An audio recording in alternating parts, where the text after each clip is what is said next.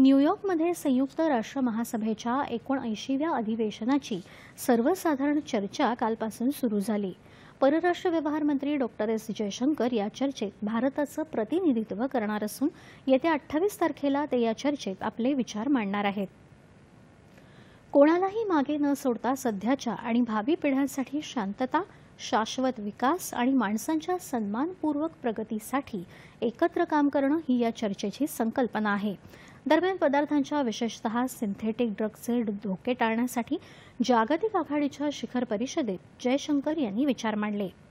अंमली पदार्थांचं अवैध उत्पादन आणि तस्करी रोखण्यावर भारतानं सक्रिय भूमिका घेत यावर लक्ष केंद्रित केलं आहे, असं जयशंकर यांनी यावेळी सांगितलं।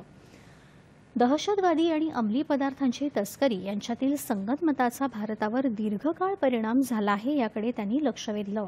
हे धोके टाळण्याच्या दृष्टीनं भारतानं सहकार्य मजबूत करण्यासाठी 45 द्विपक्षीय करारांवर स्वाक्षरी केली आहे, असं जयशंकर यांनी सांगितलं। परराष्ट्र मंत्री डॉक्टर जयशंकर यांनी फ्रान्सचे परराष्ट्र मंत्री जीन नोएल बॅरोट यांची न्यूयॉर्कमध्ये भेट घेतली। दोन्ही नेत्यांनी प्रमुख प्रादेशिक मुद्द्यांवर विचार विनिमय केला।